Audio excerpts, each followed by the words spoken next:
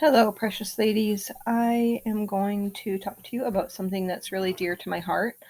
Um, and it's gotten more dear to my heart this year than it has ever been before.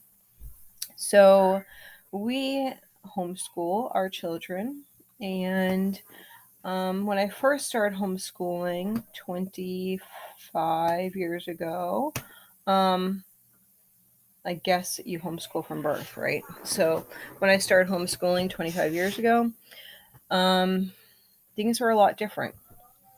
And I wanted to try to school like lots of people school. I needed to take the public school model and bring that home and choose a curriculum and have my kids sit down for a certain period during the day, and they would read their books and, do their lessons, and we would sit there through all the hard times, and you would learn to read when you were 5. And we tried to do these things, and I got a lot of tears and I got a lot of frustration. And I just kept pushing on and talking to homeschool communities and tried to figure out what was wrong with me. Why couldn't I do this?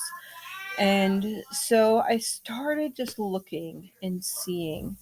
And I was thinking back to we're Christians, so biblical times. And I was thinking from that time period, and I was thinking, people learned a lot back then, but who was their teacher? What was their teacher? And then I got to thinking, what's important to me and my homeschool? And what's the most important thing that I teach my children?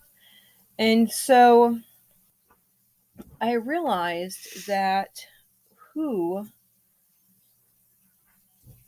who has the right to say what is the appropriate things to learn and what's not appropriate to learn?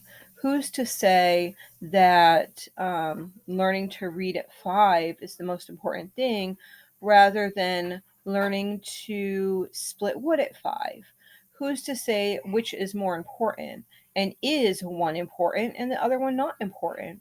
Who's to make those decisions? Why do we allow a secular community decide for us what we want our children to learn? Why do we even let the Christian homeschool community say, here's your curriculum, you can make your choice on what curriculum you're going to choose, and then we'll teach you these things at that time? And so my brain started thinking, this is years ago, my brain started thinking, and I started changing things around, and I started watching my children, and I started really noticing that the more I took those books that were required, the curriculums away, the more my kids were learning. The more my oldest son, he was very, very hard to teach. He probably, looking back, had some learning disabilities.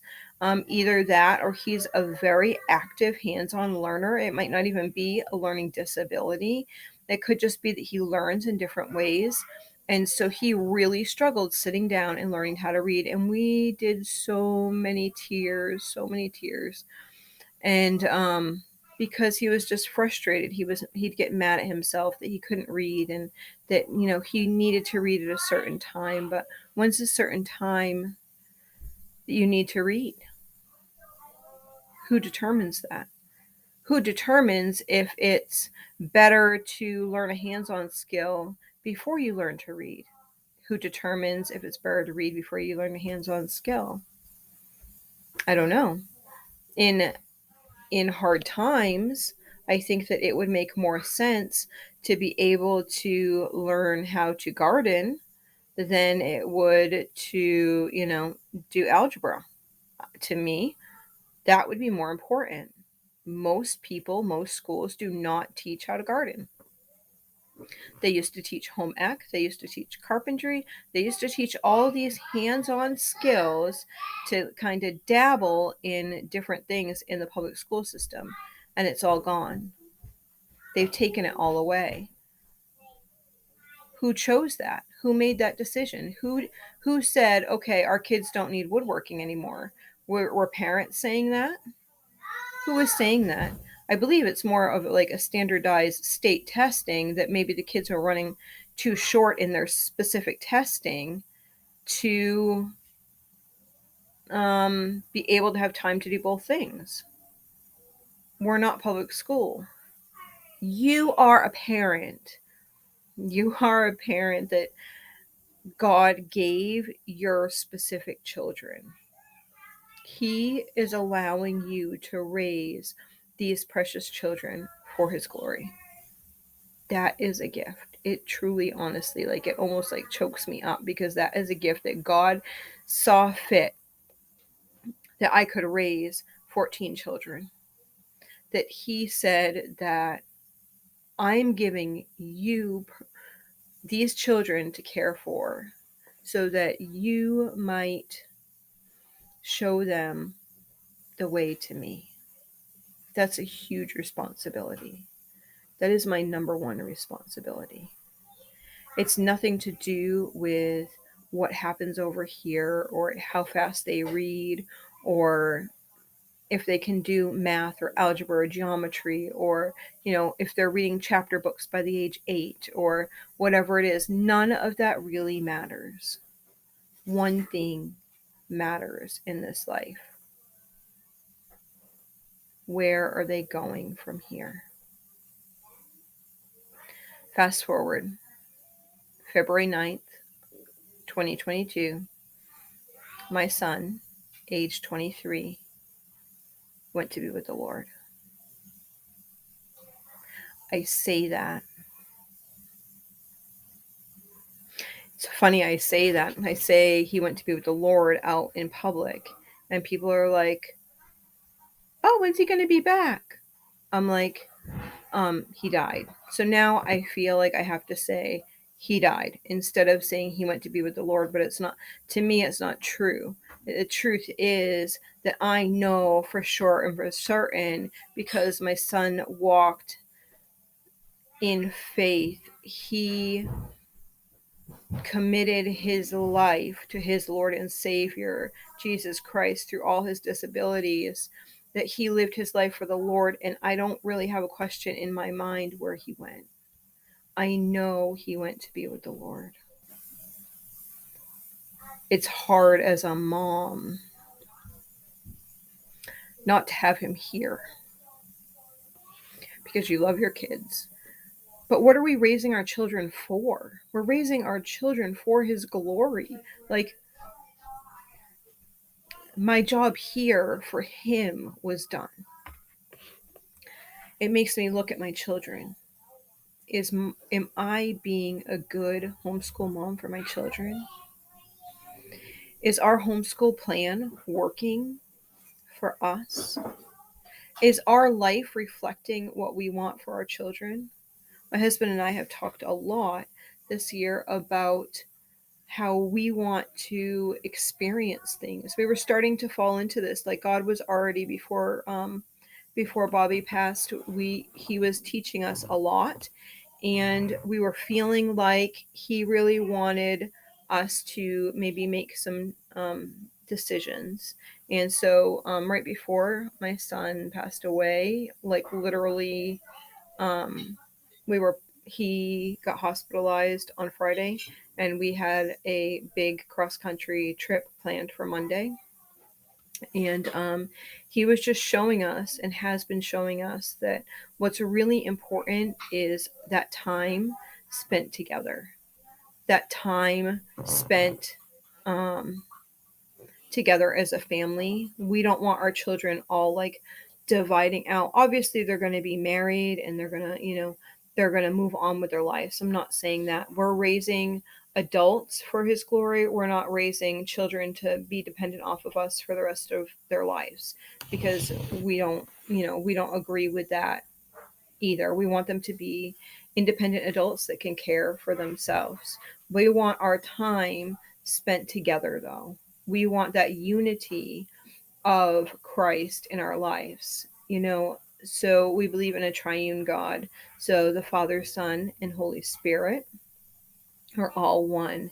And you can kind of almost see that in a family. There's a husband, there's a wife, and then there's the children, all as one. in one unit. And in that unit, like there's pieces of your heart all places, you know. And so a piece of my heart is moved out and he's with his wife. Another piece of my heart is in heaven. And it's funny that, not really funny, that scripture, but there's a scripture that says, you know, where your heart, okay, I'm gonna say it wrong now. Somebody just walked by and now I'm like, my brain's like, where your heart is, where your treasure is, your heart will be also. And so, like, my treasure in my heart should be looking towards heavenly things, not things here on earth. So, we have refocused a lot. We have taken the path prior to this year that was a fairly relaxed, laid back approach to homeschooling. We did math and reading, and we continue to allow the children to do those things as they like to do things, but who's to tell us how we need to do these things? Is if we, in the morning time, if I'm teaching my children how to can something and we're all in the dining room and we have everyone gathered around a table and I have an audiobook on and the kids are all listening to this audiobook and we read in 2 days of doing this, we read a whole book. This is just an example of this week. And we read a whole book in that time. Why is that not schooling? Why is, you know, sitting there doing curriculum for 4 hours a day, why is that considered schooling, but me enjoying my children and listening to an audiobook that's historical or something like that? We this week we listened to um, three different audiobooks. Well, two and almost a third one. We have like two chapters left of the third one. So we listened to My Brother Sam is Dead. We listened to Woods Runner, and we are working on it's like a spy for George Washington or something like that. I'll try to get the name of that and put it down in the um, description box below. But I ask you just to reevaluate who you are, where you're going, and what matters. Because I think that as Christian moms, we are losing focus big time in this world. The kids are playing sports, they're into different activities, and you're running from here to there to every place. And you're not like coming together, you're not gathering together. And that's what's really important. If we, somebody recently asked me about how do you get your kids to do so many things? It's not about my kids doing so many things. I actually brought it to my children's attention too. And they're like, no, it's like, we're not like slaves. We're all doing things together as a family. And how do we do that during health issues or whatever? I do have some health issues, not serious health issues. I broke my ankle years ago. It's kind of a weird story, but Bobby was sick at this time, and I thought that he had pneumonia. And so I was running down the stairs when I was pregnant. I was trying to grab stuff and hurry up and quick and go to the ER. And so I was running down the stairs and I fell down the stairs and my foot twisted backwards in the baby gate in the stairs, and my foot really hurt. Like I was like, tears just immediately poured out of my eyes and my foot just hurt, but I needed to get to the hospital. I didn't really care about my foot and whatever. I was just like, I screamed and my husband was like, let me pull it out. And I was like, no, just unlock the gate, because we lock the gate so the kids can't go up and down the stairs. And since then I found that I have like I has some damage in my right foot. Um, and if I chose to, I could get surgery for that. I'm choosing not to because I know that the surgery could cause me other issues. And for now, I just kind of know my limits. I know that I'm good. If I'm barefoot, I'm pretty good. On cold days, it bothers me. I just try to use what I can. When I walk out, like yesterday, I walked out in the woods and I needed to um, yeah, my ankle was sore that night. I had to take some ibuprofen. It really was. And a lot of things happen, like my foot gets drop foot. So especially if it's tired. So when I'm walking, you kind of walk like this, but I have to like pick up my feet and come down and down and down, because if not, this foot likes to go like this, and on I get caught on, sorry, little miss is awake. I can get caught on sticks and stuff. Hi. So I just wanted to give this video today a look at what schooling looks like in your house. I think that sometimes we think of unschooling as being not learning at all, but kids can learn. Recently, I was questioned about I actually am dyslexic, and some of my children are also dyslexic, so they are later to learn how to read. And so I was questioned about one of my children, and I was really questioning myself. I was kind of beating myself up, like, am I not doing enough? Am I not whatever? And I need to do more, more, more. And in the meantime, I'm in the middle of this like canning season, which is so crazy. I'm like cooking and canning and trying to figure it all out. Figure it all out, and I was really getting upset because I felt like there was not 1 ounce left of me to be able to do what needed to get done in order to give him his appropriate lessons every day. The other day, I have been feeling down about it for a couple weeks now, and it was like God was showing me, you're doing a fine job, and really having me question like what is important, um, especially in these days. I mean, so my son came back, and he was outside, and he was by the trash can, and I was wondering what he was doing. This is one of the children that struggles, and so I go over there, and he's plucking a turkey. He went in the woods and he shot a turkey, and it was plucking the turkey. So what makes what makes that providing actual food for our families, what makes that less important than schooling? Like, why is algebra more important than learning to hunt? Why is gardening or foraging or canning or cooking less important than reading, Shakespeare? We've put these like stigmas on ourselves that really shouldn't be on ourselves. We need to decide what's working for our family. And for us, for our household, it's like I want my kids to know that food, shelter, all those things are just as important as mental education. And you can learn math. I mean, they have page after page after page of fractions in a book, when you can go in the kitchen and make something and get fraction after fraction after fraction, especially if you're a big family and you're trying to like quadruple that recipe.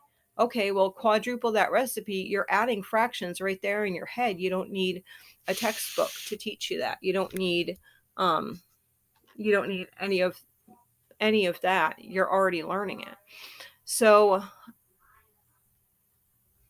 I want everyone just to take a moment to think about school a little bit differently. And in a way, right now, I feel like I'm just rambling and saying the same thing over and over again. I just really encourage you to pray about it and to think, is this what's working in our lives? I'll give you some hints that it's not working. If you're fighting with a child over that child's education, it's not working. if your child wants to try out a bunch of different things and you can, but you're choosing not to allow them to do that, for instance, if you have land and your child wanted to, say, raise a couple of chickens, just for instance, you might not want those chickens. But if you give it to your child to say, yes, I'll let you raise those chickens, but you need to come up with, for us, it would be itchy.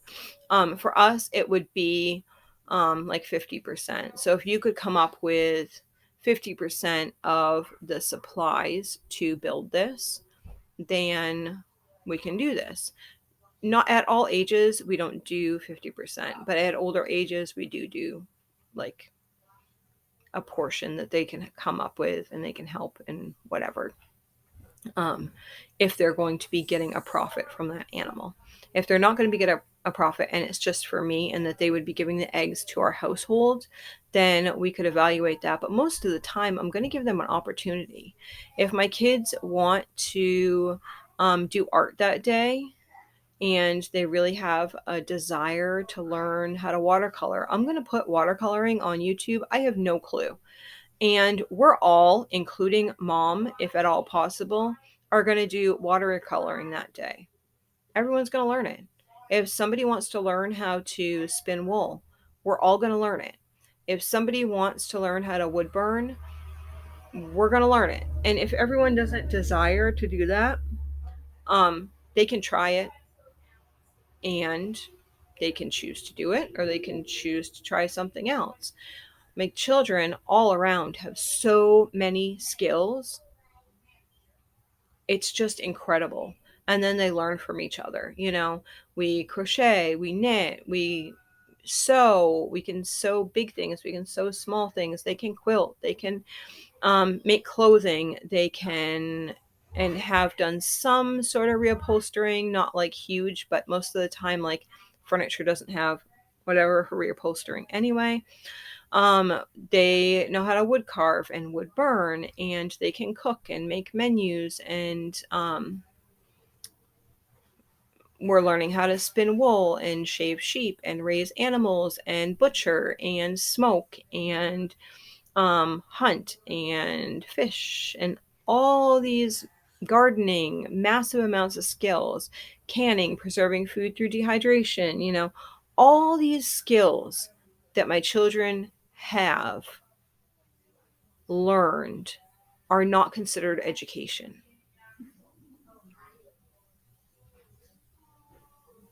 That's amazing to me. It's amazing to me that my children can have all these skills that basically teach them how to provide for themselves, that could provide an income, that um, could bless others, yet that's not considered an education in our educational system. But why, as homeschooling parents, can't that be considered education in your educational system? It can. It can be part of your education. Most states have options on learning. And I'll let you know, hands-on learning is going to stick 10 times better. Okay, that brings another point.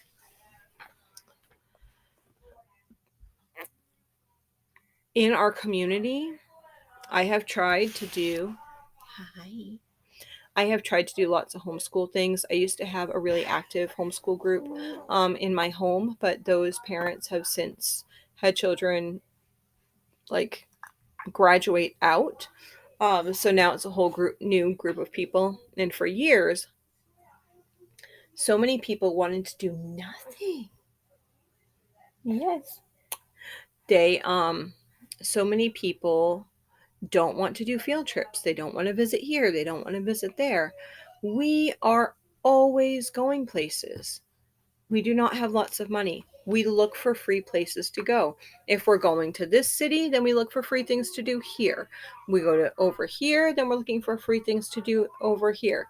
It can be walking along the ocean and letting, the kids pick up all the things from the ocean, going in a different forest, hiking a mountain so they can see all of God's, nature. You can go and go to a local farm. We are a local farm, but you can go to a local farm, become involved with them, let them see where eggs come from. Most kids in school don't even know how a chicken is born. They don't know that it comes from an egg.